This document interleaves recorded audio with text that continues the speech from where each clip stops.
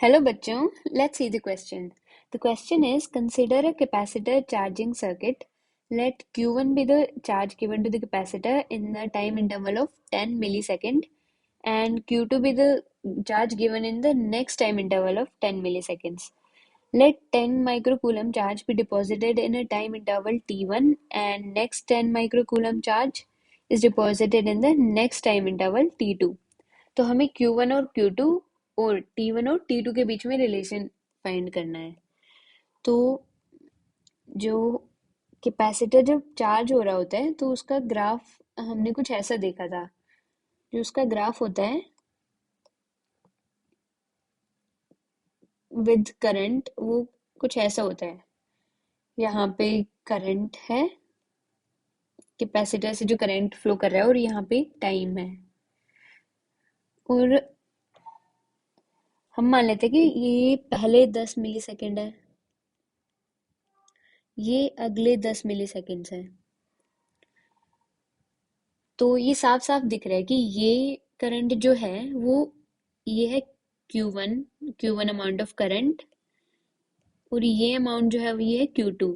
तो ग्राफ से साफ साफ रिप्रेजेंट हो रहा है कि Q1 जो है वो Q2 से बड़ा है। तो ऐसे ही T1 और T2 देखते हैं कि 10 माइक्रो कूलम चार्ज जा रहा है इन अ टाइम इंटरवल T1। तो हम यहाँ पे मान लेते हैं कि यहाँ पे 10 माइक्रो कूलम है, ये 10 माइक्रो कूलम की लिमिट है। तो T1 टाइम इंटरवल में 10 माइक्रोकूलम चार्ज अगर हमें फ्लो करवाना है, let's say T1 time interval यहाँ तक हो रहा है,